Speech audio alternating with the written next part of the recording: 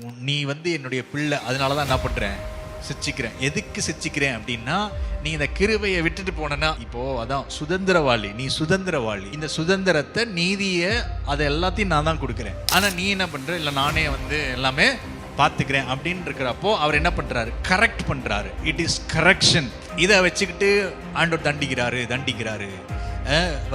நியாயப்பிரமாணத்தின் கிரியை நீ செய்யாம இருந்தா ஆண்டவர் உன்னை ஆக்கினைக்குள்ளாக தீர்க்கிறாரு அப்படின்னு சொல்லி அந்த இடத்துக்கு அப்ளை பண்ணக்கூடாது. கான்டெக்ஸ்ட் என்னன்னா, இங்க நீ தேவனுடைய கிருபையை நீ என்ன பண்ற, உதாசீனப்படுத்துற. அப்ப ஆண்டவர் என்ன பண்றாரு, சிட்சிக்கிறார். என்ன கரெக்ட் பண்றாரு. தகப்பன் தான் நேசிக்கிற புத்திரனை சிட்சிக்கிறார், புத்திரனை சிட்சிக்கிறார், பிள்ளைய சிட்சிக்கிறார். அப்படி அவர் சிட்சியாம இருந்தா நம் வேசியின் பிள்ளைகளா இருப்போம். ஏன் அப்படின்னா, தகப்பன் இவன் சுதந்திரத்தை பெற்றுக்கொண்டா என்ன, பெற்றுக்கொள்ளலாம் என்ன அப்படின்னு இர்ரெஸ்பான்சிபிளா இருப்பாருன்ற மாதிரி ஆயிடும். தேவன் அப்படி இர்ரெஸ்பான்சிபிளா, பொறுப்பற்றவராக இல்லை.